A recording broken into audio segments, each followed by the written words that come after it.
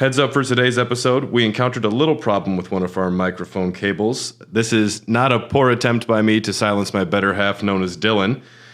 We did find the problem about halfway through the recording and fix the error. Luckily, we were still able to pick up Dylan's always lovable commentary, albeit at a slightly lower quality. The jokes and discussion are still at an all-time high, and it is still an amazing episode. So thanks for checking us out, and enjoy the show.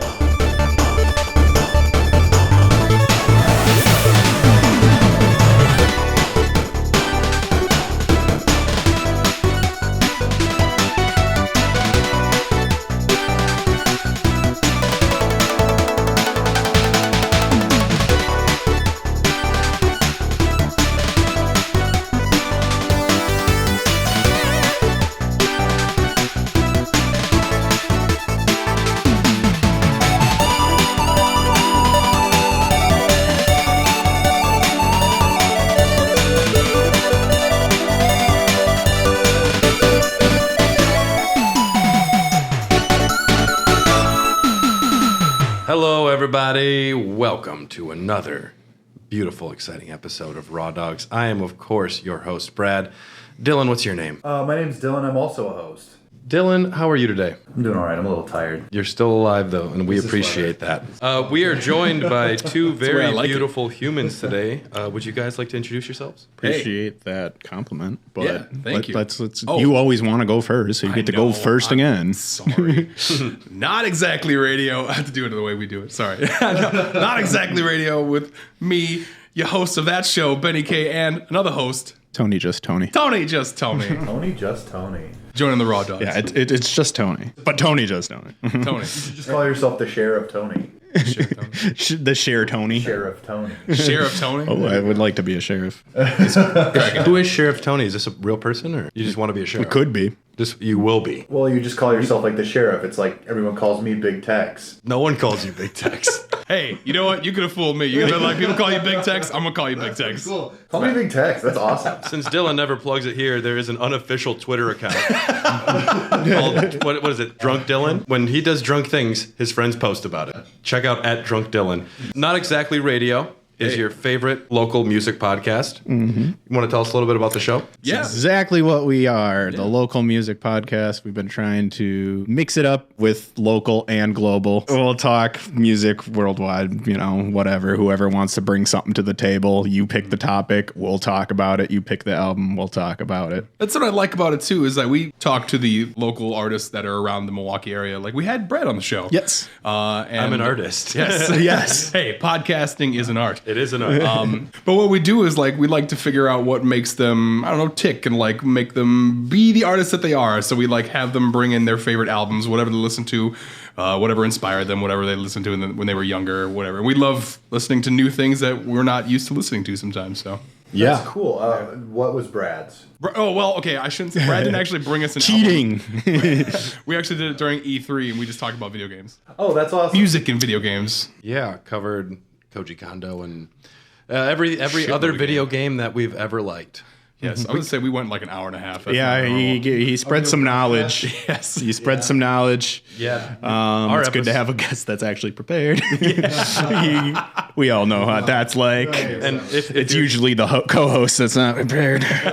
Well, if you're tuning into our show for the first time, I am the prepared one here. Who has done well, that's not true. I'm the one who does a lot of research. Dylan is prepared by doing nothing. Yes, and I'm actually quite good at it. Big fucking text, man. Well, so Brad is the one who has to research, and I'm the one who just knows things. Okay. Yeah, so we're the Raw Dogs, and we are part of Hair of the Dogcast, and we are members of the Greenlit Podcast Network. Check out greenlitpodcast.com to see all the other amazing content that is on there. We are a podcast about video games and beer.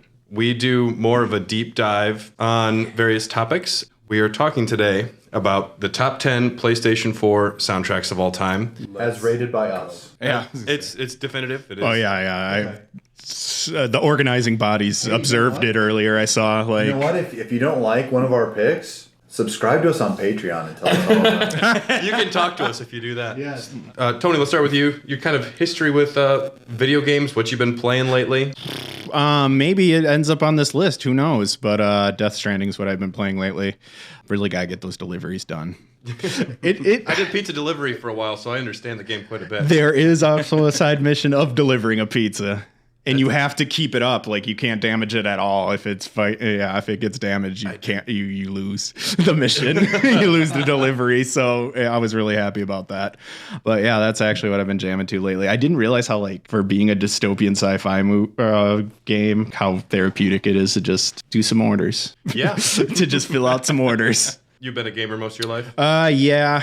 Ever since I was like 4 or 5, and my brother, who's like 10 years older than me, kept the Super Nintendo controller unplugged, but I got to be number 2. I thought I was. We've all been there, and we've all done it. Yep. Ben, yourself? I think it really all started back in my childhood. Going to be a therapeutic session here.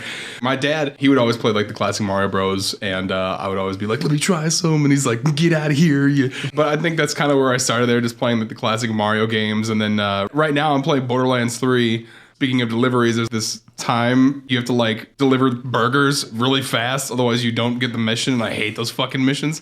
But I think I suck at video games as far as like holding attention a little bit. The last 3 years I've been jamming Overwatch, like nonstop Overwatch. It's all I've been playing. Makes sense. It is a great game, and like Diablo 3 is great too, but otherwise like I really suck at playing video games. I think that's the difference when you have to grow up and be more of a working stiff, is sometimes like carving out the time of, I'm going to start a new one, not just grind the same game I've been playing for 3 years. Yeah, I have a nasty habit of falling back on the games that I've played before, and you just go pick up Sonic Mania again, which I've already beat. Well, it's like everyone's got their staples. There's no shame in that. Especially when it's an ongoing experience like Overwatch. I hear mixed reviews about Overwatch 2 right now, but I'm really excited for it. Yeah. When does that come out now? I don't know. I think thought it was might this be- year. Is it this year fall, maybe? When I don't know if just thought it was it's this when the year. new consoles come out. I think that's when it's going to drop. That is the best time. Yeah, and it was your suggestion to do the PlayStation 4. Mm-hmm. It's my favorite console of the decade. I would say that. I do love my PlayStation 4. Mm-hmm. So let's go over the rules, which I don't know if I properly explained to any of you guys, because I felt like, oh, this sounds so confusing. But the games can be multi-platform, but they can't be a remake or a remaster. Each of us chose 5 different games and submitted them. From that list of 20 games, each of us made a personal top 10. I assigned point values to the games, added those all up together, and then we made a top 10 list out of here. And Tom, our beloved friend Tom, is pissed Mafia 3 wasn't even mentioned by any of us. And I love Mafia stuff, but I didn't play it. Yeah, but it is That's what I heard not too. on the list. And we're going to go ahead and get this started. I'm starting out first. Number 10. Number 10. Hotline Miami is such a good game. If you do recall, it was my top game of 2013. Or was it 2012? I don't remember. I think this was a point of contention on the episode, too. I think so as well, but I first played it in 2013. It was one of the earliest PlayStation 4 games I played because it was so readily available. Are either of you familiar with Hotline Miami? It's a 2D like top down, right? Yes. Yeah. Okay. Nope. No. Okay. Sorry. No, I haven't played it either, but I watched a lot of videos on it today. Okay. I've been listening to the soundtrack for a while. The way I describe it is it's a top-down 2D action puzzler. I consider it a puzzler because there's a way you can take down rooms, and it's kind of like this ballet of action and violence where you bust down a door, it hits them, the enemy to the ground, you go over to them, you poke their eyes out with your fingers, and then you run over and then you pick up their katana, which all these Russian mobsters are carrying for some reason, and you throw the katana at someone, and then you kill the dog with your bare hands. Sounds brutal. It's insanely brutal. Yeah. And it's cute too, with like just the pixels because it's like super 2D. I was going to say. Yes, it looks like the era that it's set in because it takes place in an alternate reality, 1989, where the Cold War didn't quite happen the way you wanted it to, and now there are a bunch of Russians in America, and they own like half of the government. Wait, you're saying this is a different future than the one we have? Oh, man. That's it. Pop Zinger. culture references. It has like this dark Miami Vice kind of like synth, kind of grindcore tinge to it. Yeah, super synthy. Yeah. Kind of trashy almost It's to an trashy, extent. but In a good way. It's a lot of it is just fast paced, almost like club music, but it matches the gameplay so perfectly that I think that it's perfect in terms of a soundtrack. Nice. There's the thing I love about video game soundtracks is it's meant to complement something, and this is the perfect complement. Well, I watched a documentary on it today. It's just two dudes that were living together. They hate talking, you can tell. Classic video game nerds. Yeah. It was like a smaller game, super indie, and then it won Game of the Year at this European game convention next to Mass Effect 2 and Halo 4. They're sitting there next to these $1 million booths. They're just like, we made a game. The soundtrack, they were going for more of a film feel. It's not. It doesn't feel like it's not video game music. Okay. I mean, it is video game music in that it is, but it's more cinematic. It almost feels like the movie Drive or a lot of when there are some like downtime scenes where it's kind of like this smooth, almost elevator style music. But then when you're in the action, it might as well have been like Hans Zimmerman. Like it might as well because it's the same kind of like dun dun dun dun dun dun dun dun dun dun dun that kind of cadence to it. And but it's all synthy and it's pop. It's really, really cool. My selections that I chose, one of them is called Silver Lights. That is one where it kind of gets into the headspace of your character. You are this guy, this vigilante. his name is Jacket. Yeah, he's called the Jacket. And what songs did you have, Dylan? My first one was Silver Lights, which is one of those downtime ones where you're kind of meeting with these quote unquote like delusions, and then they're telling you like, oh, is this real? Is it fake? You know, that kind of horse shit. And then I have one called Turf Main, which is a lot of these tracks do end up being reused, but these are all like action sequence stuff. Turf Main is really fantastic. It's one of the last ones that's actually on the list itself for the soundtrack. Can't recommend that one enough. And then there's one called Knock, and that's the one that I think is the biggest earworm for me.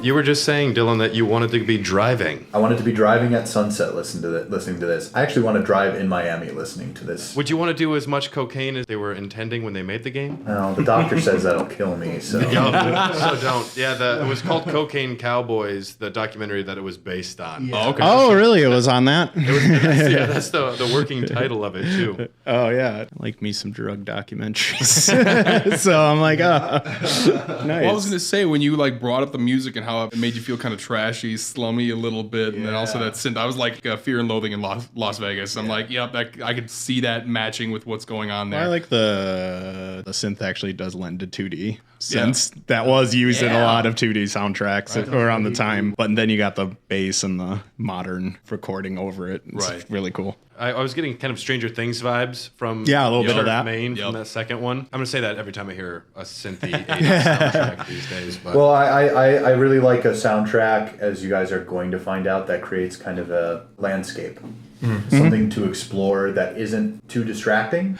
I also have to give a shout out to Turf Main. Was that the second song? That was the second one, yeah. I have to give a shout out to a couple of friends of mine. My buddy Chris Davis, he does a lot of our logo stuff and helps us with a lot of the art stuff for Not Exactly Radio. He helps out a lot of bands, and I remember he was creating a lot of music like this too, along with this one band called Synergy 67. They're out of Madison. I recently saw a show, their 20th anniversary show this last Friday. They like that felt straight up. Like that just put me back in the memory of hanging out with everybody there and just like doing videos with them, and that was just super cool. So the two guys that made this game, they couldn't even pay their last 2 months' rent. They had to go to their dad's, but they had temp tracks that they were using that we can't afford to license anything. So they went to Bandcamp, and the artist Moon, Moon, had 4 tracks. The dude made it when he was like in high school, and it just kind of whatever. I was in a bad spot, so I made some music. They put his music on there, and he's become an artist now because of what he put on. That's Bandcamp. awesome. hell yeah, dude. That's where they got a lot of their music. Just they had to go somewhere to find something for free or cheap. And the soundtrack, it's impossible for people to talk about this game without mentioning the soundtrack. Also, that story just lends what we always discover too. Just do shit. Right, People accidentally get discovered all the time. It's 100% basically, as everybody's a lot like. of it is luck, and a lot of it is skill. The amount of people that are recognized that are not good. Yes. Yeah. As long as we put ourselves out there, we'll prove we're not good, but we might make it. Tony, what's next? It is Death Stranding. Number 9. Number 9. The baby game where you hang out with a baby. So I remember when the commercials came out for this game, and I said, "What the fuck?" Yeah. And then I played the game, and I said, "What the fuck?" Yeah, exactly. Still with the baby. I still don't know. Well, I'm only chapter 3 in, but so far, baby's just a baby that Mads Mikkelsen still wants. That's all I know. He wants the baby. He wants his BB. And what isn't Mads Mikkelsen your father? I think he's the baby's father. That's what I've connected so far. Okay. And Guillermo del Toro hands you Monster Energy drinks sometimes. Yep. It's not actually voiced by Guillermo del Toro. No. Is it Just why- body scanned? Why would they do that? Because his voice is hard to understand, maybe? Yeah, probably. Even with the subtitles. Like, it's all The subtitles are just like question marks. There's another famous actor in there who also is dubbed over. Surprisingly, I can't remember who. Is this the game that took over? You remember that PT demo that came out a long time ago? No. Yeah, game that took over that? PT, the Silent Hills. Yeah. This is Hideo Kojima's first game outside of Konami, yeah. Okay, so this kind of take over because I know Norman Reedus was going to be a person. In PT, what was that? Playable teaser was what PT stood for. teaser, yeah. To me, it also stands for post-traumatic because it's Silent Hill. But that got canceled by Konami. He went Yes. and made his Right. own studio, and He must have then had a good relationship with Norman. And it was kind of a draft. Like, you could tell it's a draft compared because, like, the monsters you deal with are very much monsters that appear out of thin air. Well, it was super And they're, like, very much shadowy creatures like PT. and there's a slight rumor that he might be coming back to work with Konami. And there's also a chance he might be just doing movies too, which is evidenced by the fact that the last cinematic's 2 hours itself. In Death Stranding, there's a 2-hour cinematic. At the end of the game, it's 2 hours. Man, like holy Carve shit. yourself an afternoon to finish your Movies with save points. Yeah, exactly. So Yeah, he likes movies. one time, because I didn't finish Guns of the Patriots, I just watched all the cinematics in a supercut at work. Tell me, can love truly bloom on the battlefield? If you after you kill your boss, sure. Dare I live the American dream and kill my boss? So how many hours have you put in? 12. So and then I'm in chapter 3 of 13. So that sounds about right. The most interesting aspect about the sound is the lack of it. You just hear the footfalls of you traveling this expanse. And then it's when you get to like certain landmarks, certain areas, music will kick in, kind of like when you're hiking yourself and you have a good song that comes on at the perfect moment. If you see a perfect view, perfect just setting or whatever, the game kind of kicks in like that too. And the songs are haunting, but they're beautiful in a way. It's a couple different bands do the soundtrack. We got Low Roar, and then one of my favorite bands outside of it, Churches, does music for it. Icelandic, Norwegian, a lot of the bands that they use, right? Mm-hmm. Yeah, and it has the electronic pop style, but it's kind of indie in the same sense where it's not all happy. And were the songs that are used in the game originals made for the game, right? Yes. Mm-hmm. It's all new material. And it's just because Kojima is fans of the bands. Too. Yeah. People ask why he used like Celtic music for the end of Metal Gear Solid 1. He's like, I was listening to it at the time. Yeah. Do I need a better excuse? Right yeah, now? And that's why it fits, but it's not so obvious that it was just written for that, because it really is just those bands' music. It's not like they stray far from what they usually do. For some of the atmospheric stuff between the main songs, the audio team took a 3-day trip. They went to Home Depot every day. And they bought the weirdest things that they could make sounds with. They had carts full of just random stuff to make music. And they recorded off of all these different sounds, some of like that extra atmospheric. And it does happen. It's just there is so much absence of sound. When you get sound, you're like, what the shit is happening? Or the song kicks in. When I was doing research for this episode, a lot of it's just trying to find new sounds. So one of the things they did here was they got a new piano and they were just sticking screws between strings and putting playing cards on them and like duct tape, just trying to get anything warped, any of these different sounds. Yeah, I've only played Death Stranding a couple hours myself, but I like that when the first song comes on, you get the name of the band. He gives like props to the band in there, which otherwise I didn't see that outside of maybe like football games crediting Baha Man. Oh yeah, Baha Man. It's a small touch, but it's something I actually enjoy with them, because even when like major characters come on the screen for the first time, you get their name and then who plays it. I always appreciated that, because I'm like, who's that fucking guy's name? This would probably be one of my favorite games of all time if I had played it yet.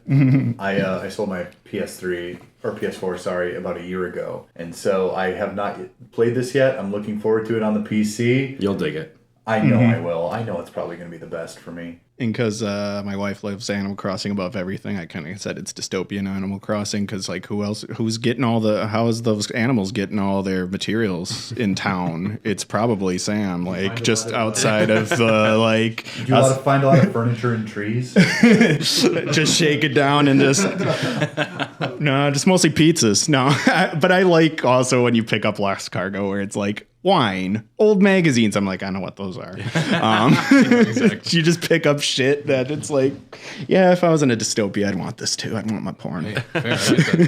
What songs do we got? All right, so this lower one, it is Don't Be So Serious, which I think is the first one that cuts in. That's why I picked it. When you finally get through like the first part and then merge at the top and you see the rainbow for the first time, but rainbows are bad. You think they're cool at first. Okay. But that's a sign where the shit's about to pop.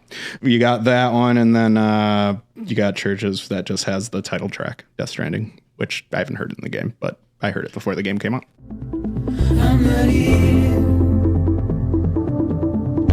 There must be some mistake.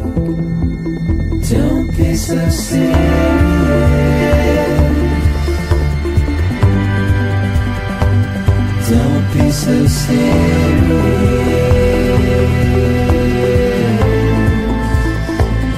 Don't be so serious. We begged and then we borrowed. What will become of us all at the end of love? When we stopped looking up, you can take my heart and hold it together as we fall apart. And what's that last one? That was the title track, Death Stranding by Churches, and the first one was Low Roar, Don't Be So Serious. Really good. Yeah, that's the track, as you're saying, when you walk out. You're like taking your first venture out as a porter. As a porter. Right after the Emperor's killed and you're finally out of the prison. Yeah, basically. It's like, it's Elder Scrolls, yes. But yeah, no, it was the coolest moment I've had in gaming in a little bit. Right, that music made me feel like that was a badass moment. Just It's very cinematic. It kind of feels lonely. Oh yeah, Kind of 100%. yeah, a little isolated. bit, yeah. Music to deliver pizza to. Well, I've heard a lot of people comparing this game to like the analogy of how we're all so connected, but we're actually not physically connected. Ah, yes. The point of the game is to connect people and to like bring civilization But back physically, together. like you have to actually travel there, which is very interesting to me. It's not about building walls. Goddamn right, Brad. Which he's actually said. He actually mentions that Kojima is like.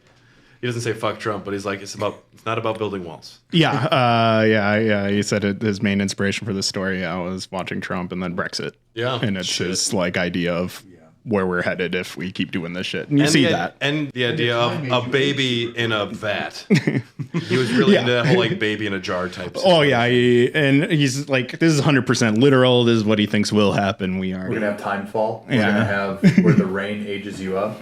I heard someone criticize. I haven't even played the game, but I listened to a podcast about it. They were criticizing how America doesn't look like America, and I'm like, the rain literally ages everything. Why would America look the same as it did like a bajillion years ago? Okay, whatever. I was mad because there's a part where you take a ferry over a lake and you end up in Minnesota, like on the map. Oh, really? I'm like, you skipped us. I'm like, oh wait, holy shit, this game's in Wisconsin somewhere. No, the next center's in Minnesota. All right. Number 8 is Sonic Mania. Ba-ding! I put in there Sonic Mania, definitely a multi-platform game. It was a love letter to the Sonic franchise, made by one of the fans, pitched by one of the fans. I was pleasantly surprised to find out that the guy who did the soundtrack for it, they found him on YouTube just doing remixes of Sonic Hell music. yeah. That's Hell yeah. I was gonna say that's awesome because when I was listening to the music that you picked, this sounds like classic Sonic shit. Like this fits right here so well. Sonic Mania. A beautiful game, a brilliant game. It is the best Sonic game that's come out since Sonic CD. I don't think anyone would argue with that. It uses a lot of the classic soundtrack and also a lot of new songs. We'll just jump right in. My 3 picks. The first one is Danger on the Dance Floor. It's the mini boss theme. T. Lopes, the guy who did the soundtrack, said he wanted something that's childish, cheeky, and kind of mocking. It's definitely like a 90s thumping kind of dance track. And it's got a little bit of a carnival aspect to it too. The second song will be Stardust Speedway Zone Act 1. I listened to this song for 5 seconds and I was like, fuck, this is smooth. This is the smoothest song. So great. And then the last one is Oil Ocean Zone. It's got like a Middle Eastern feel to it. Kind of a dangerous feel to it as well. So we are going to check out these 3 songs.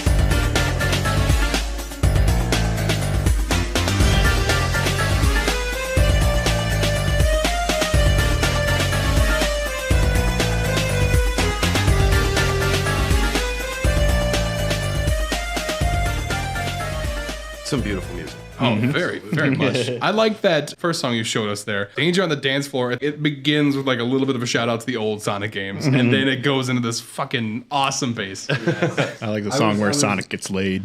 Yeah, we talked about that. Yeah. I'm Most surprised of Sonic hasn't had a kid yet, canonically. Yeah, that is. No, he's too cool to have children. He's infertile. I'm saying he comes too fast. What do you think the Chaos Emeralds are? There's gonads. All 8 of them. Hedgehogs have 8 of them? The master gonad. Yeah. Shit. You can really find the inspirations in the pop hits of the mid to late 80s in this one, especially. One of the main influences is definitely Michael Jackson. When you're talking about beats and like fidelity and that kind of quality to it, using a lot of different types of instruments, it's definitely more on that side. Yeah. And you know, like he's rumored to have done a lot of tracks on Sonic 3. Sega has said no. Everyone that worked on the game music-wise has said, yeah. We were there, he did. Don't listen to them. Love the Sonic Mania soundtrack. Super classic. Yeah, absolutely. Yeah. What do we got next there? Number 7.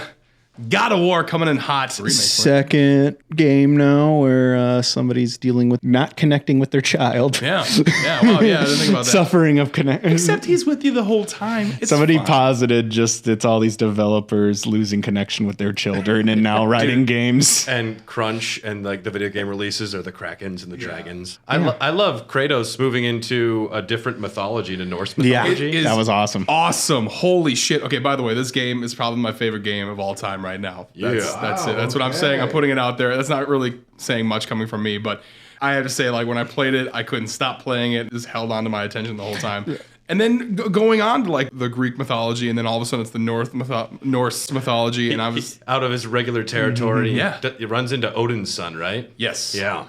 Can we give spoilers? I don't want to like. It's a couple-year-old game. If They somebody's really made this game with the idea that there are going to be sequels. Yes. Oh, Well, yeah. I mean, me also talking about the music might also be spoilerish. Go for it. Is that okay? I don't want to be that guy. Eris dies. Mass Effect 3's ending sucks. Yeah, that's it. That's it. That's what God of War is. It's just something in the Mass Effect 3 ending's terrible. I love this game. I love the way it looks. So beautiful. The story is amazing. You can play it any different style, and it's still just amazing. When you had that first battle with, I don't know how to say his fucking name, but he's like the big boss man in the beginning there. It was like super awesome. It's very cinematic. Yes, absolutely. I think of when we first ran across what's his dude where you chop off his dome. When you sneak up on him having his conversation with Odin's son, like that's very cinematic in a way of you're eavesdropping actively in the way of you can't get found out. You're still crawling around the rock that you're overhearing them. Yeah. So all of it is quite cinematic, and that goes with the soundtrack as well. They said that there was 4 words they were trying to focus on with the soundtrack: age, wisdom, power, and masculinity. Well, they fucking nailed it. They said it was tricky because they don't want it to be too bombastic and overly badass like the younger Kratos, who was just pure rage. He's like, this is the more subdued, the father Kratos, but still just fucking brimming with intense energy. And it's, oh God, it's super good. And then one of the songs that I picked is actually a lot of the songs on the soundtrack, which is done by Bear McCreary. That's such a badass name too. One of the songs that I picked, Echoes of an Old Life, a lot of the sounds, a lot of the voices that you hear in that song is actually like, you hear that multiple times in the soundtrack. The reason why I picked this one is kind of a funny story, but I'll tell you that after we're all done listening to it.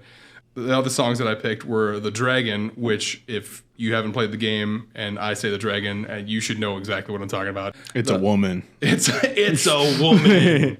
Could be. We all have our dragons. And then Kratos just can't talk to women. That's his biggest. That's his biggest. That's why he's like, boy. So, what do you do for a living?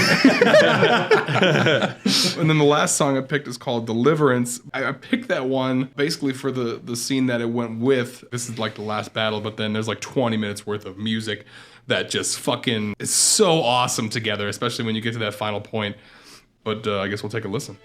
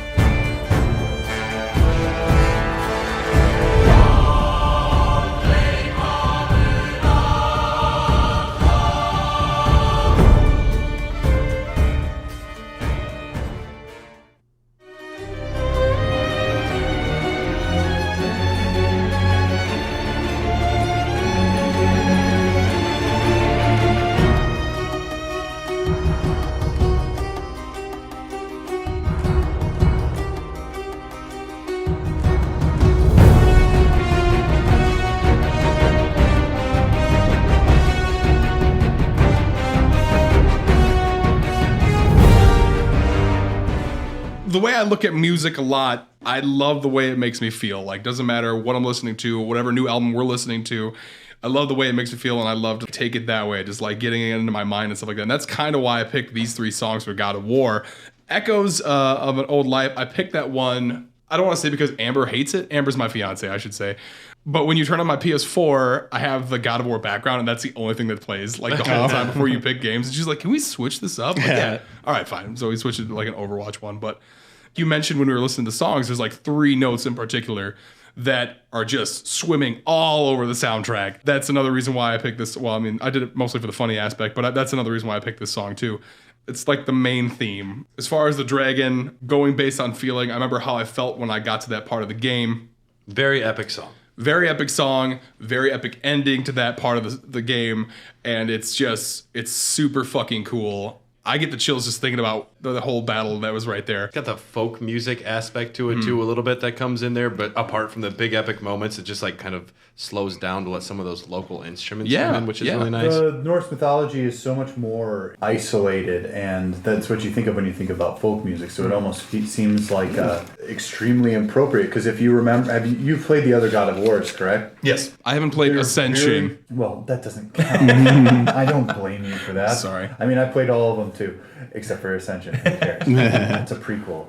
One thing that runs all the way through is that in those games they just try to ratchet it up, but with this one they scale it back and they figure out a lot more nuance to it, which I think fits into the theme of the game itself. I'll tell you what, when I bought this game, I'm like, I gotta play another fucking game with Kratos in it. Are you fucking kidding me? First of all, I'm offended. Go fuck yourself. I'm happy that they evolved his character. Yes. Because, I mean, Brad back then would have loved just like that pure fucking macho Kratos. I'm glad they moved him somewhere else, though. Did you play it? I played, not this one. I played God of Wars 1 through 3, though. And why did you choose Deliverance? Deliverance is just kind of the small sample size of that whole last part of the game. I'm not going to say anything about. Even though like Deliverance itself is like a 6-minute song, it really spans out to like a 20-minute song with that whole final scene that takes place. It's like everything coming back together. I shouldn't say final scene, but like final epic thing that kind of happens there. And Deliverance itself, you hear like the ups and downs, and within that 20 minutes, you're fighting, and then like other stuff happens, it like slows down a little bit, and then there's like another thing, but then it speeds back up and like gets really epic again, and it's just super fucking cool. And I don't want to go into details because I want Brad to play it because he said he hasn't played it yet, and I really don't want to spoil anything. Yeah, because it's super fucking good. Does he fight Abe Lincoln? I can neither confirm nor deny. Okay, I'm still in then. I'm still in. Okay. It's cool that they mixed mythologies up. I fucking love that so much. That's so cool. And like Kratos goes to China. Yeah. Let's do it. Honestly, when I saw, Kratos is raising his son, my first thought was Kratos probably has 1 million fucking kids with how much he was boning in those first games. They could have a whole game with him dealing with his spawn trying to kill him. Well, do you remember the end of 3 where everything drowns and is destroyed within like that world? I don't remember. You climb the back of a Titan, you pick his booger, and then all of a sudden you're killing a Medusa again. I don't know. Dylan, number 6. Number 6, Nier Automata. Nier Automata is a fantastic game, co-developed with Platinum Games and Yoko Taro. Are you using real English words, or are you just... Yeah. Yeah. So it's a sequel to Nier, the 4th ending to Nier, and the 5th ending to one of I think the 3rd Drakengard game. Please do not correct me. Oh, wait a second. This has the cute anime girls, right? The beautiful robot. That is why. Yeah. That is why it's to my knowledge. That's why I still follow the Dead or Alive fighting game series too. I was like, do they play volleyball? What's going on? Yeah. Great volleyball games. So Nier takes place. The physics top notch. If you did the same thing with like guys in swimming trunks and you could see their dongs bouncing. I'd play it. Fuck That'd be fun. That'd be really Are you cool. kidding me? Slap it around a little. You see him go up for a spike, his dick just no. So Nier takes place in the future, and you're this elite android unit that's working for the benefit of humanity. Aliens come to Earth, and then they make machines that they can mass produce that overwhelm the entirety of the human race. And they're fighting. Yes, the androids, they live in this giant space station, and they get sent to Earth to fight these robots and destroy the source of the robots. And you play as... You play as an android. You play as 3 androids. You play as A2, A2. Well, no, you start out as 2B, and then you're 9S, and then you're A2. You just sunk my battleship. I did. I truly did. Is that what you were getting to, Brad? Take a bow, Brad. Take a fucking Brad. Yes, thank you. A brow? Can we call that a Brad bow? Something weird that I saw the composer mention, I read a few interviews, he said he wanted it to be a wet soundtrack. Oh, wow. Wet. And the guy... My favorite way to describe good music. The guy asked, what do you mean by that? He's like, well, you know how American music's pretty dry? I wanted a wet soundtrack. But the music is fantastic. It's really good. They tour it with orchestras and like concerts and stuff. And we're talking another choral arrangement for a few of these. It's got a few synths in there and a few electronic noises as well. The compositions are quick, they're smart, and they function in the background, but they're very listenable on their own. The ones I chose were a beautiful song, and it's the Opera Boss theme. It's right after you're in this amusement park, kind of. Some of the robots, they just perfunctory keep a lot of these machines alive. So this really great amusement park is still functioning and everything's kind of corrupted and sad and nihilistic. And you fight this boss who's a robot who is... She's dressing herself in the carcasses. Yes. And she just wants someone to love her, essentially. As you play through the game and you play through this multiple times, you see different aspects of this character. This is one boss you fight over and over, but each time it reveals more about the character. It's very sad. This game is devastating. Like, I was depressed for like a month after playing it. Oh, damn. That means it's good. Yeah. Yeah, it was a nice sponsor. It made me think a lot. But a beautiful song. The follow-up to this song, though, is a cheery one before the kids all get brainwashed and cannibalize each other. Yeah, the second one is Pascal, and Pascal is one of the robots that developed its own sentience, decided that it was going to set up its own village and that it was going to be kind and teach the other robots how to be kind. And then something bad really happens. Brad already fucking said You're it. explaining the story beat by I beat. know. And then I chose The Birth of a Wish, or Become Gods. That sounds like a Kingdom Hearts song. It takes place when you're in this factory and all these machines are part of this religious cult and they're trying to obtain godhood, so they're killing themselves all around you. Jesus Christ. Yeah.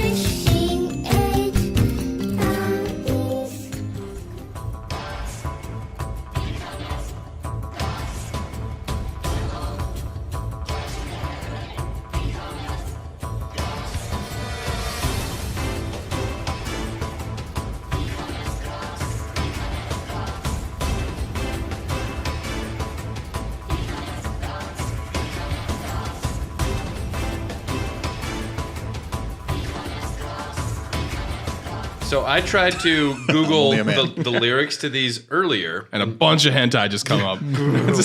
All written by someone named Totally Not Dylan. But the lyrics, a lot of them, they're not in a real language. They were using some of these things. They would use only English syllables or French sounds, but they're not real words. Yeah. Which is kind of cool because they wanted to have like this different exotic feel. That second song is cute and terrifying with the children robots singing. Yeah. They're so cute. I get like a Miyazaki feel kind of to some of It's it. very much, yeah. Yeah. The game is very atmospheric. It's the music matches its themes pretty much perfectly. Moments of introspection with bursts of action. That's probably the best way I can describe Nier Automata. You could feel that with those 3 songs that you just picked. Because, I mean, you went from, like, something a little dark, and then all of a sudden it was, like, lighthearted. Yeah. Like, very nice. Like, I described it as Mario in a tree. Pretty much, It yeah. sounded like that a little bit though, yeah. Then it went back to like fast-paced darkness. Become as Gods is my favorite, though, from that entire soundtrack. That last song, the Birth of a Wish, Become God, has like a religious, like cult feel to it, Yeah, I could feel that. which is great fodder for like a hentai theme if you were going for it. Yeah. Is it, though?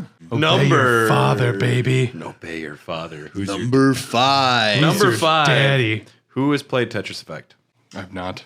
I'm very sorry. I have played some of Tetris Effect. You're just bad at Tetris. Tetris is cool. You can't strap goggles onto me and not have me get distracted, Brad. There's dolphins and there's particles. Yes. You expect me to look at little lines on a fucking board?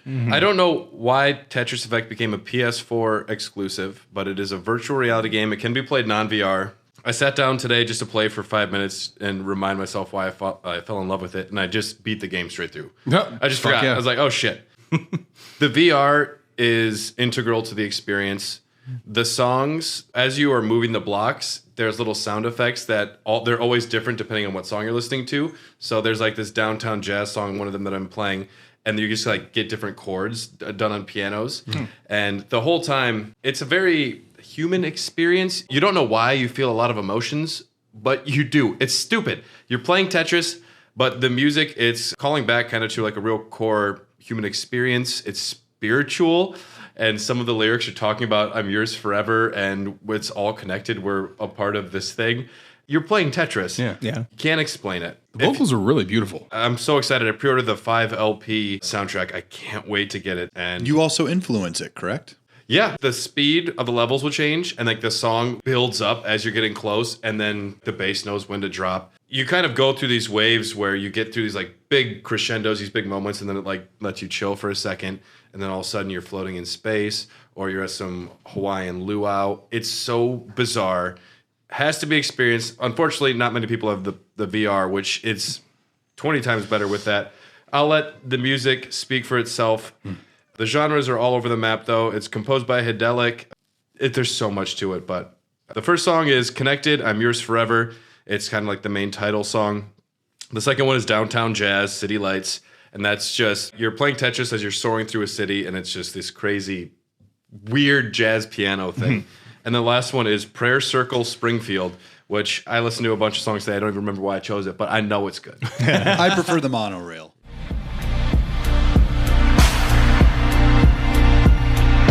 Joy to light the way to keep the reminder that I'm yours forever. There is no end in sight for us, nothing could measure the kind of strength inside our hearts. It's all connected. We're all together in this love, don't you?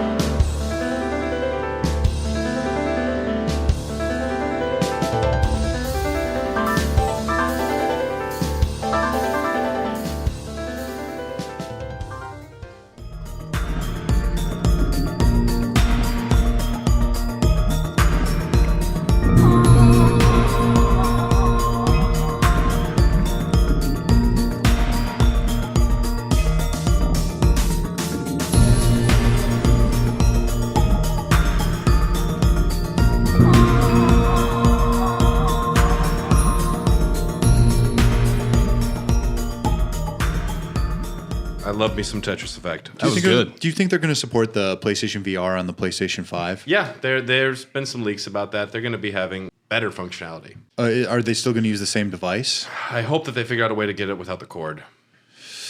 That'd be nice. Maybe some sort of attachment that you can like place on your hip? That'd be cool. Yeah. I want a whole suit that you have to wear. It's, I know you do. Fuck the cord. I The don't suit like, still has a cord though. I don't like cords. Brad wants to feel like he's about to pilot a fighter jet. Total, Gun music. total immersion. It's seriously something you have to experience, though. When you play the game, you feel like you're eating candy. I get flashbacks of music festivals and Molly. And Your e- once even to- true love, even who well, I died mean, even at to sea. Yes. Oh, Malay Malone. I don't know why I was having an emotional reaction today to it, but I was cycling through emotions, and at the end, it's like getting a warm hug at the end. It sounds stupid. Absolutely not. No, if you read reviews, it sounds bonkers, but get a VR or go to your friends that have a VR, and it is worth checking out. Number 4. Number 4. Persona 5 is so good. I need to read the room a little. How many of you guys have played Persona 5? No. Nope. Aware. How did it though. end up on the list? Not even aware of it. I have been listening to the high soundtrack for a while. I don't play So it. you voted for it then? Yeah. This is best soundtracks. It's not best games. Okay. I know Persona 5 is just like a string of bangers. Yeah. So in Persona 5, you're a teen and you got this bad reputation after saving this woman from essentially being like beaten and raped by a politician. And And it's about high school. Yeah. It is. It's that. It's, it is. Yeah. Yeah, you go to high school every day. Well, For and so 110 you're sent, hours. So you're sent to Tokyo by your family to be raised by this barista. I'm not even joking. And you go to school, and then you face these enemies in this like phantom zone where you have to face down these ideologies of adults who are hiding something. And so what you do is you steal their real personalities from them in these like phantom zones, and then you reveal their hidden inaccuracies to the public through that. And they call themselves the Phantom Thieves because they eventually make people like confess their sins, essentially. And it's an RPG. Yeah. It's a spin-off of the Shin Megami Tensei series. Okay. And the composer, he's actually worked on almost every single one. What about he's been a game director on most of them. The music is very stylish. It's so stylish. With this one, it's more of a pop jazz funk. And it's infectious. Already into it. With a lot of J-pop thrown in as well. Okay. I chose some really great selections. One of them is a battle theme. That'll be the first one. You'll know it from Smash Brothers if you have the DLC. It's called The Last Surprise. Even though it's never the last surprise, you hear it a lot. And then there's the opening to It's odd that they have Persona. It's odd that they have vocal music for a battle theme. No, if you've ever played the other ones, it's pretty standard. That this franchise is one of the only like RPG franchises that I know that has vocal music all the you're time. Right. You've never played Blue Dragon, so. The second one is the opening theme, which plays during like the opening credits or like the introductory sequence. Okay. I have The Poem of Everyone's Soul, which is the last one, which has carried through the entire series. It's where you're in what's called, I always forget, but you talk to the guy champagne who transmutes. room? Might as No well be. sex in there. There's a guy named Igor who transmutes new personas for you based off your old Was that personas. Chris Rock? Chris Rock, yes. No sex in the champagne room. But that one, A spoken word song. Yes. I will Except say for the this, chorus. not the best Persona soundtrack. 4. But are they going to do one of those super shitty rhythm games that they made? No. I mean, those are all They have from rhythm the games. They are not That's good. the first time I remember good. seeing Persona. Dancing in the moonlight. They're not good, dude. I had such a good time. You don't even like Tetris Effect. I like Tetris. Yeah, fucking burn, man. I'm going home now. All right, so the first one will go to, Last surprise. thank you. Then it's Wake Up, Get Out There. It's like a get out of bed and go to school kind of song. It's fucking rad. And then The Poem of Everyone's Soul. This is where you're just talking to a dude in a room who's like, I'm going to be very ominous with you. A lot of my games have that. Whatever. Let's play it.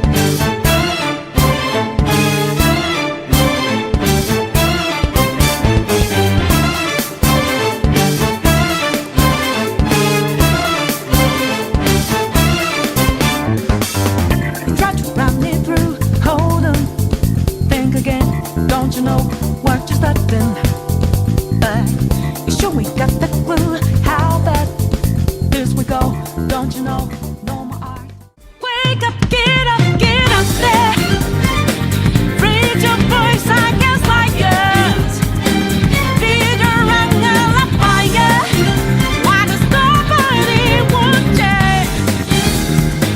Just imagine you're out there, swatting lights in a makeup. Can't move fast without breaking. If you hold on, life won't change.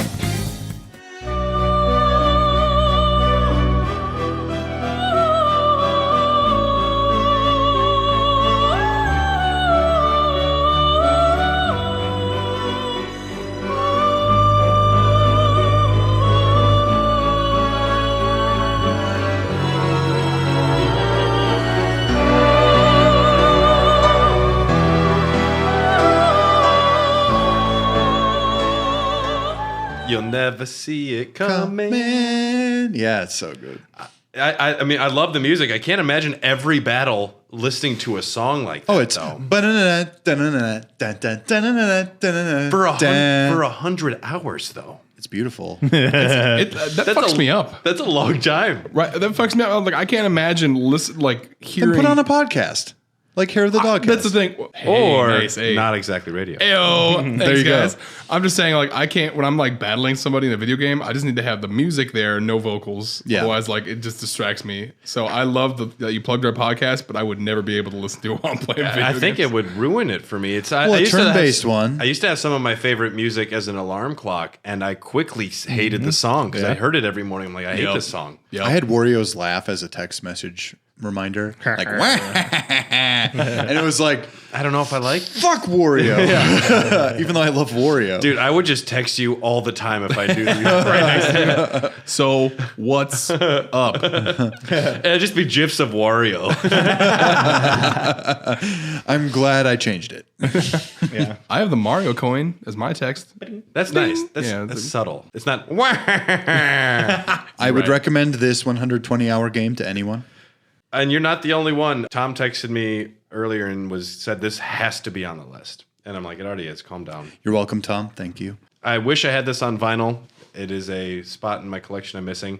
I really like that You second gotta song play too. it before you earn that soundtrack. I bought the Cuphead vinyl 2 or 3 months before I ever played it because I knew it was dope. Yeah, that sounds. I haven't played it, but it Dude, sounds Cuphead's dope. good. I just started I the wouldn't other doubt day. Ooh, Cuphead's good. I need it to be on PS4. It's coming to Switch. That's close It's already enough for me. on Switch. You heard it here first. 6 months ago, it was released. Breaking news. I need to get a Switch just for that game now. You should get a Switch just for a I million. mean, there are a million Do you have a games on PC? it. Not for gaming. I can barely run fucking Magic the Gathering Arena on my computer. All I can do is I'm gonna say record this: podcasts. Cuphead might actually be smaller than Oh, that. really? Yeah. Okay, did not know that. Number three, Number three. Fallout 4. Now, Fallout 4 actually became one of those games that fell to the almighty Ben lost track and forgot about the game. But I still love the Fallout series in general. I tried to replay it twice, and I remember the first time I grinded through, and I was level 27 before I got to the main story missions, and then I fell off because I was like, fuck, I just grinded so much, I'm fucking sick of this right now. So then I tried to start over and everything. There's no secret that when you're playing Fallout, you have a bunch of old-timey songs playing while you're killing super mutants and rad roaches and other raiders and shit. And I think that's probably... I basically picked this game because I love Fallout 3. And the music itself, I just love that old-timey music. The 3 songs that I picked, though, were Crawl Out Through the Fallout by Sheldon Allman. And then I also picked Dion's song, The Wanderer, which is one of the first songs. Yeah. It makes sense to be in a Fallout game. I know this and I'm one. just like, this is so fucking good. And then the ink spots are actually a pretty good, they're pretty heavily used in the Fallout series, at least 3, New Vegas and 4. I haven't actually not played 76 yet.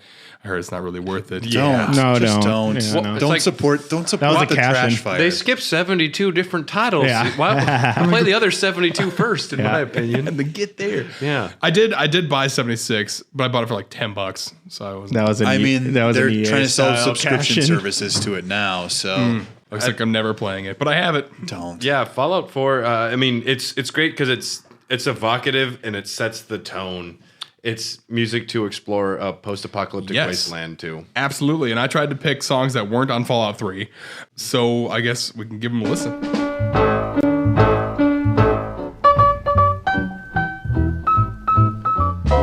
Crawl out through the fallout, baby, when they drop that bomb. Crawl out through the fallout with the greatest of aplomb. When your white count's getting higher, hurry, don't delay. I'll hold you close and kiss those radiation.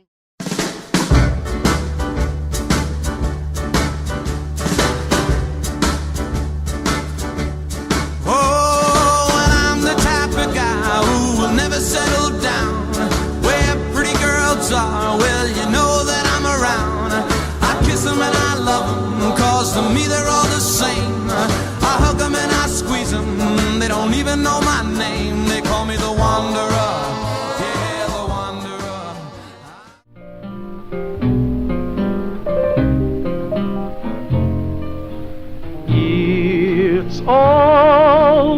lover but the cry,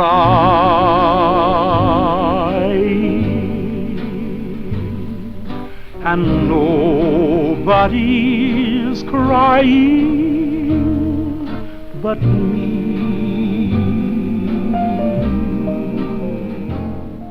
I like to imagine the ink spots back in the day.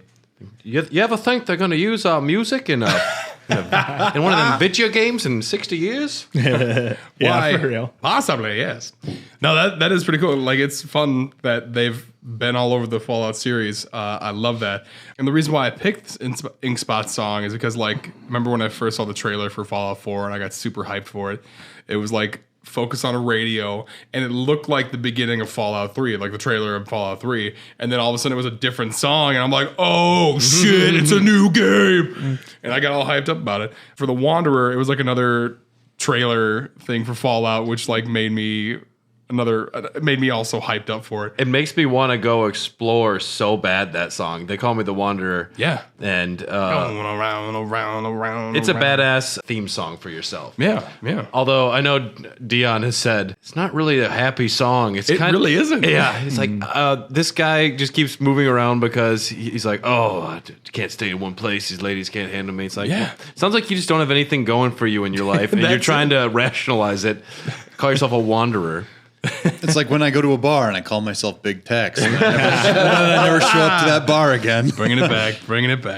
And then I guess the first song I picked, the Crawl Through the Fallout, I was actually like trying to dig up some stuff because I know it was from the 1960s, and I was like, maybe this song was actually written because there was like maybe some sort of nuclear scare going on, and then it was actually like this guy just made a novelty song about like tongue-in-cheek stuff at the time, so then he made Cuban this Missile Crisis type shit. Made Kinda. one of like the most perfect songs for the Fallout series. Goddamn. It Yeah. almost sounds like it was created for the series. And that's why I thought it was too, but then I realized then I found out it was recorded in 1960, and then I thought it was actually kind of scary because I'm like, this song was written for like that time. But I'm then, gonna kiss those radiation burns away. He's talking about like strontium 19. it's like fucking insane shit. Fallout, I can't go wrong with any of the music that's on there. It's always super good and always classic to blow someone's face off with that song. Well, it feels like this one specifically is more arrangements than the other soundtracks we went with because in the same way that GTA has a soundtrack, but a lot of it is just the songs they chose to put into the game. Yeah. Mm-hmm. I mean, we could do a whole separate episode on like original music versus which is interesting. Tetris Effect and Death Stranding, those soundtracks were made for the game. Mm-hmm. Fallout 4. A very fun but flawed game. Number two. Red Dead Redemption 2. Red Dead Very Redemption good. 2. Fantastic soundtrack. Yeah, it was the composer, Grammy Award winning something or other guy, but he's worked with Bob Dylan, Neil Young, Willie Nelson, worked with Bryant Eno. So he's accomplished, and he created we're back to just original scores. He created this whole score around the game. So fantastic. It's perfectly atmospheric. Just the tones of the guitar and just the scenery you get to chew through this whole game. I expanded on it myself with games that allow me to use Spotify with it. I create a soundtrack around it. So going off of what he created, I added my additional music, and then I play it during the game, and it makes it all that much better. Oh, very cool. And then for example, a different game like Death Stranding doesn't let you do that. Spotify's blocked the whole time. Oh, really? Like you go into it and it says blocked by That's the very current scene. Kojima. Yeah. So he only wants you to do what he's doing. But this was a cool experience where I listened to the score and played off it, added music to it. This is one of like the most Americana folksy soundtracks that I've heard probably since Oh Brother Where Art Thou or something. Yeah, right. Some Coen Brothers shit. Well, it's Americana mixed with your spaghetti westerns by like Ennio Morricone. Yeah. And so, it's a game that the atmosphere of that game makes it cool. It makes you want to be a cowboy. I just wish that it was easier to play. Yeah. It's a difficult game to get into. I totally freaking have shot people accidentally. I meant to go so up many to talk people's to, heads off. Yeah, where I'm just trying to talk to them. But yeah, this game will seep into you. Like just Arthur's voice acting, even the way he talks to the Wonderful. horse. I definitely talk to my dog like that now. I go, hey, who's a good boy? It's actually very cute because like Amber's playing Red Dead Redemption 2 right now, and she named 2 horses Pickles and Truffles, which is our guinea pigs. Which I've met. That one is of a them. great. You met Truffles, yeah. We didn't have Pickles at that time. Yeah. Yeah. Pickles is new. Pickles is new-ish. Now. My favorite horse in there is this big black stallion named like. I had that one. Yeah, its name, but its name is Bilbo, which is not a black stallion name. But we decided if Bilbo dies, I'm going to shave my head. That's like Arthur's that's like head, a not my own. Like Geralt the Witcher, I name all my horses Shoe. I saw that the composer was talking about how he didn't necessarily like create songs or like full compositions, but he called them stems, where the soundtrack kind of builds upon what you're doing. So you'll be riding along, and then this bandit rides up, you get into a gunfight, and the music just knows when to layer itself on according to what action you're doing.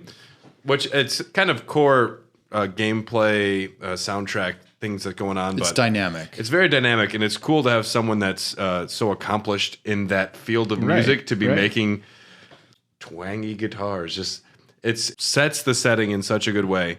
And you got Willie Nelson and Rhiannon Giddens in there. You got some heavy hitters. Yeah. Fucking And so the 2 I picked are just 2 of the more prevalent ones. One believes the main theme. The way it is. That's the way it is. Yes, that is the way it is. And then the house building theme, I think, will play like when you're in camp and stuff like that.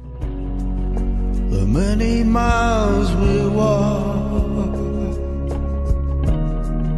the many things we learn, the building of a shrine, only just to burn. That's the way it is.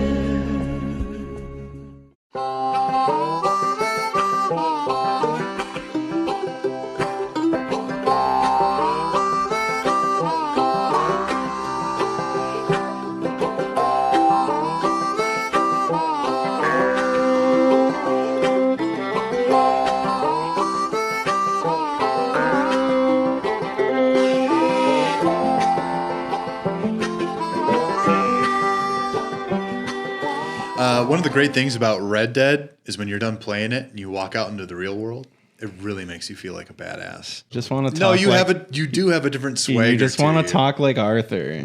Just all swirl. Come on, like you got a bit of chaw in your fucking cheek. My favorite is one of the missions. It's like a love struck guy, and he's just acting like out of control. It's like a Romeo and Juliet thing. You have to go to help him out, and he's raving, and he's like, "You want to know a secret?" And Arthur's just like, "What is it that you're normal?" And I just liked it. That was my favorite joke so far going on, because I'm still playing that one. That last song with the mouth harp, even like, wow. That is really cool. Yeah, it makes me want to dance and have a little jitter. Drink some whiskey. Just keep talking like this. Hair of the dog cast. Yeah. Like and subscribe. See, it's infectious. It's infectious. Follow us on Patreon. Follow us on Patreon, you varmints. Yeah. So before we get to the number one, some honorable mentions that didn't make it. Yeah. We'll play sad music over this. Let's do it. Bloodborne, Bastion, Mafia 3, Celeste, Overwatch, Evil Within, and Borderlands 3. You didn't make it. I do have to be honest with you. There's one song from Bastion that should be in here, But it didn't make the list, so we're moving on. It's fine. All right. Number one. Who knows what it is besides me and Dylan? I don't remember I do. because I totally It's forgot. Slipknot, the video game. Slipknot, the video game. yes, dude. Yes, it is Doom. Shit. I was like, oh yeah, here it is. Fuck yeah. It's self-aware and it's like it knows what it is, and it somehow still achieves the most heavy metal at the same time. It's super fucking cool. Mick Gordon did something super special with this. Now, did you know that when they approached him to make the music for the game, one of the first things it said was no guitars. That's what they told him as a design philosophy, no guitars. And so he started doing some really weird things. He'd just take a sine wave, split it up, and put it through like 4 different ways. One was through like 6 pedals. One was through some other pedals. One was put through a tape deck with a microphone and just like start feeding back on itself. And then he combined all 4 at the end. And a lot of that still made it into the game. Those weird thumping, weird mechanical, like those sounds, a lot of what fills up most of the soundtrack was him kind of using a lot of different techniques to create what was a new sound, because he said it had to be something brand new that you hadn't heard before. And so he did this as much as he could. It achieved the pace, those beats per minute, because he'd also watch gameplay footage and he'd sit there with like a little tapper and just figure out how fast the gameplay should feel. And then he'd start, adjusting his sine waves or whatever through that he was putting through this machine. I mean, it is one of the best like hard modes to play, like in playing on an insane. Absolutely. Well, what's it called? Because there's hard or whatever, insane, whatever it is. But then there's nightmare and ultra nightmare, which impossible. Yeah. Nope, impossible. Oh, Jesus. But they realized it didn't feel like Doom yet. So he realized he had to sneak a guitar in, and he wasn't sure how he was going to get a guitar into the game. So there's a plugin called Morph. So he played a very simple guitar riff, and it morphs another sound to like merge into what you were using before. So he took the chainsaw sound effect from Doom 1, and that's a lot of what the guitar is, that like on those first big heavy themes, it's just the chainsaw from Doom 1 morphed to sound like a guitar. So he snuck in that one, and then he was able to bring all the rest of the guitar in, which is pretty cool. That is pretty badass. That is rad. And then he snuck satanic imagery into the game. In Doom? Into the waveforms. Into the waveforms. It said 666, and then it had a pentagram, 666 pentagram. And he didn't tell anyone at all that he did it. He just put it in, it got in the game, and then naturally People figure it out. people figure that shit out first day, because what did bored nerds do? That's what we do. Yeah. And there was a controversy. But about the game about literally like going to hell. Like, yeah, going to hell and shooting demons. Like, why wouldn't you decorate your house with that fucking shit? But he also did some backward, like when you play the record backward. Yeah. Masking. But it says, Jesus loves you. No one ever mentioned that one. Everyone just wants yeah, Satan. funny. God. That Doom soundtrack, it bumps. It does. It carries the gameplay. It's fast. It's intense. Yeah, for sure. It feels like you should be running. Dude, so did we all play Doom? I did. I played part of it and I got sick. Motion sickness. It's fast. it Well, was you're way not an too FPS fast. guy. Yeah. My girlfriend actually has that too. She Yeah. can't play. Actually, the first Destiny was the only video game she could play. Really? That was a first-person shooter. Yeah. Damn. Might work for you Well, if you want that's to the go thing. back to it. That's the thing. I was like, I played Destiny. I've played first-person Yeah. shooters. I just can't do it. This I one's think way it's too the fast. blur. It is the blur. Doom has a lot of blur, especially when you're getting fucked up. It's so fast. I'm so focused on that reticle where you're gonna hit. Like everything else just feels like real motion. I gotta try to play it again. Maybe like adjust some settings and see what happens. Here's the thing: you don't have a Switch, right? No. The Switch version, they pare it down a little bit. Okay. It's actually a lot more manageable. All right. These are the 3 songs that I chose. The first one is At Doom's Gate. It is the one that is in the opening when you are becoming the Doom Slayer and you are becoming the badass. You've always been the Doom Slayer, baby. Well, wow. when I became the Doom Slayer. Oh. And the shotgun pump right at the end when you step out into the environment. Oh, yeah. Dr. Samuel Hayden. I didn't want to just do big, heavy, angry songs, which I wanted to. They're so prevalent. I did have Rip and Tear on here, but I took it off because I put BFG Division on there already. Rip and Tear, I think, is my favorite. BFG Division is what most people say is their favorite. So we have At Doom's Gate, Dr. Samuel Hayden, and BFG Division.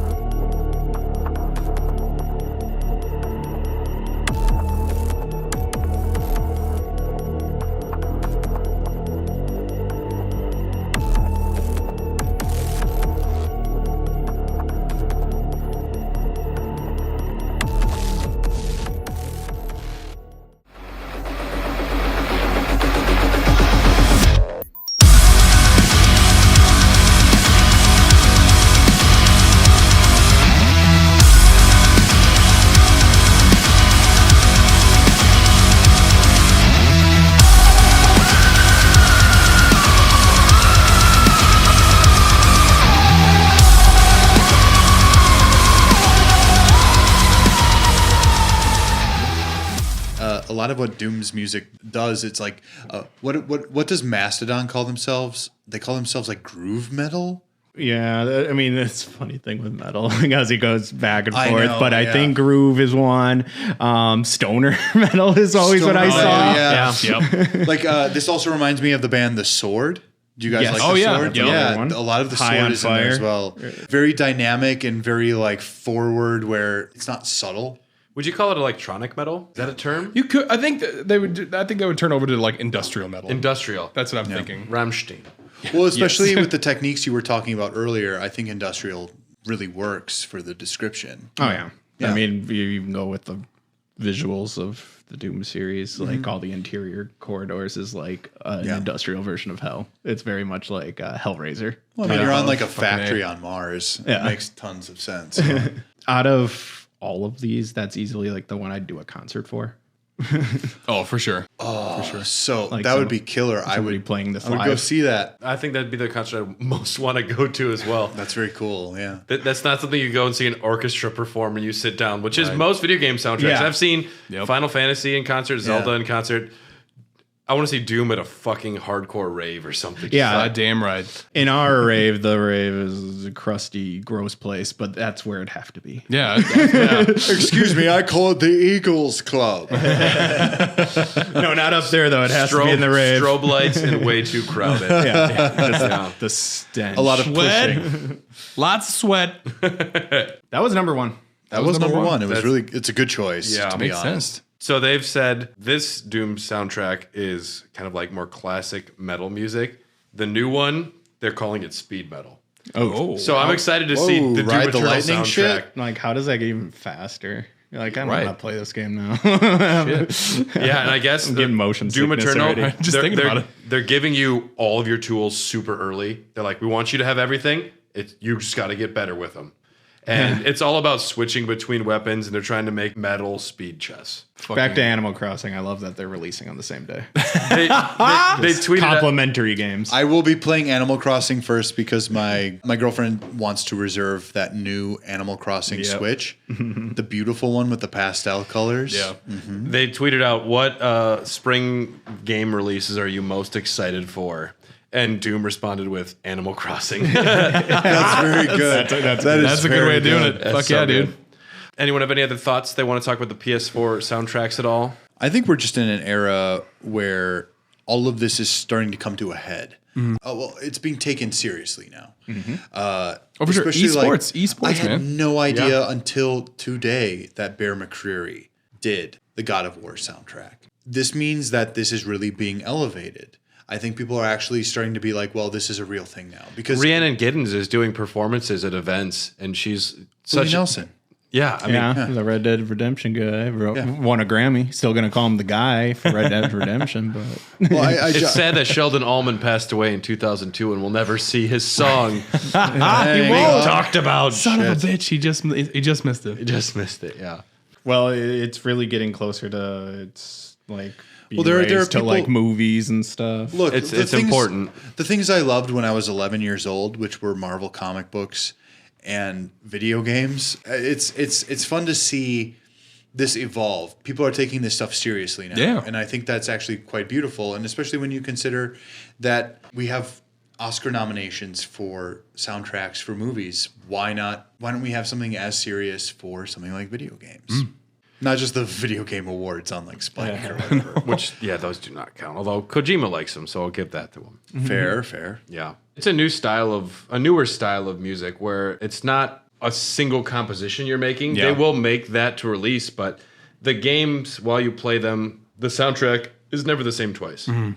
Yeah. Which is fascinating from a composing standpoint. The fact that they can't just write a piece of music. They have to write music that can evolve with the gameplay. Right. And it's still getting more refined, and I think you're definitely seeing a trend now where everything's being synthesized and put through computers, and they're just wrecking pianos and going to Home Depot. They're trying to figure out new ways to create music still, which is trying to keep it fresh. And God bless him, Mick Gordon did something like that because he was told you can't do anything that's been done before. He's like, shit, I'll make a sine wave and put it through 35 pedals. There we go.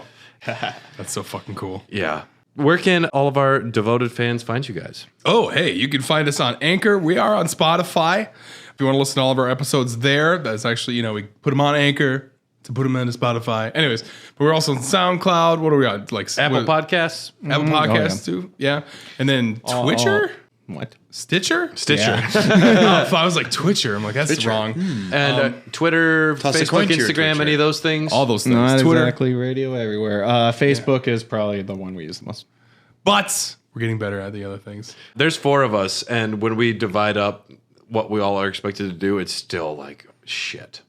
It's a lot. If you're gonna have a social media presence, you have to do a lot of work. Absolutely. And if you are I know like a lot of your fans might not be from Wisconsin or Milwaukee, but if you are an artist or anyone in Milwaukee that wants to hit us up and tell us about an album that you love, then fucking let's talk. Let's go. I met these guys just today. They're super friendly, very approachable. If you guys want to, They smell good. Well, I mean, I don't know, but Okay, only this time I'm putting the gun down from the side of your head. they smell real good. Please don't kill me. Yeah, thanks so much for coming on. We are Thank you for having us. anytime. Yeah. The top 10 Nintendo 64 ones we'll do next. Oh, we'll do that in God. 3 months or 6 months. We'll Brad, get together. We'll come back. I'm going to bring up my games. We're going to play them together. Wave Runner. Because I've played a 64 like ass. less Rogue than Squadron. 20 times when I played a Squadron Nintendo 64 Really? in my life. Shit, man, that was my shit when I was growing up. That's why we went Shadows of the PS4. Empire. That's was that's the- Yeah, that's Shadows of the Empire. Yeah. We are Raw Dogs. You can find us on Twitter at Hot Dogcast, Facebook and Instagram, Hair of the Dogcast. You can find me personally at Loaf of White Brad. You can find Dylan at every local bar. Dylan, what's up with Patreon? Well, on Patreon, you can come join us. We would love to have you. There are a few tiers right now. We want to expand greatly. We're crying because we don't have enough people supporting us. That's why there's a few know. tiers. And if you start supporting us, we will make the content, and it will be fun, and it will be great, or at least torturous. There are a few things we have in store, but we still need some people to get interested. We need some support in that realm. And if you're one of the next 3 people that support us on Patreon at the $5 tier, you can choose an episode for the Raw Dogs to cover. Any video game topic, we will do it. We're shameless. number do it. 1 right here. Yeah, please. I might be. Hey, We need you to talk for 2 hours about this obscure game no one cares about. Yes, please. This has been Raw Dogs. Thank you so much for checking us out. We love you. You're great. Keep it raw, dogs. Keep it raw. Bye-bye. hear the dog cash. Like and subscribe.